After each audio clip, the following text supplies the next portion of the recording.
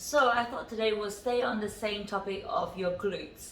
So in the previous videos we've explored how you can turn on and activate and strengthen your glute muscles, which are your bum muscles. So today I thought I'll show you a few simple stretches that you can do to stretch out those muscles once you work them out. It also works great if you're feeling tight in your hips and in your lower back. It will help to alleviate it.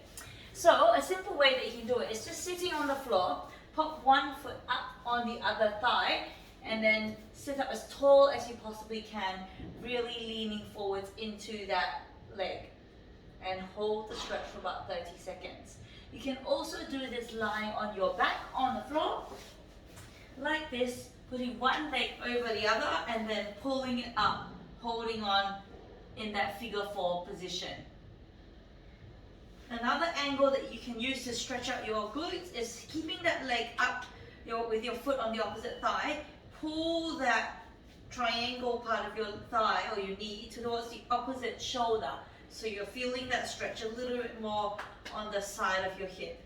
You might even feel a little bit up into the back of your leg or your hamstring, and then you would do the same on the other side. So crossing over and then just bring that shin and that knee across towards the opposite chest. You can also try this in this angle, commonly called the pigeon stretch, where you pop one leg into that triangle position, arch your back from the hips there, leaning forward as far as you can go.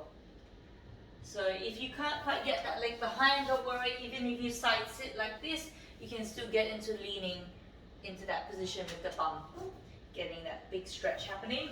If you can't get onto the floor, you can do all those stretches just sitting on a chair.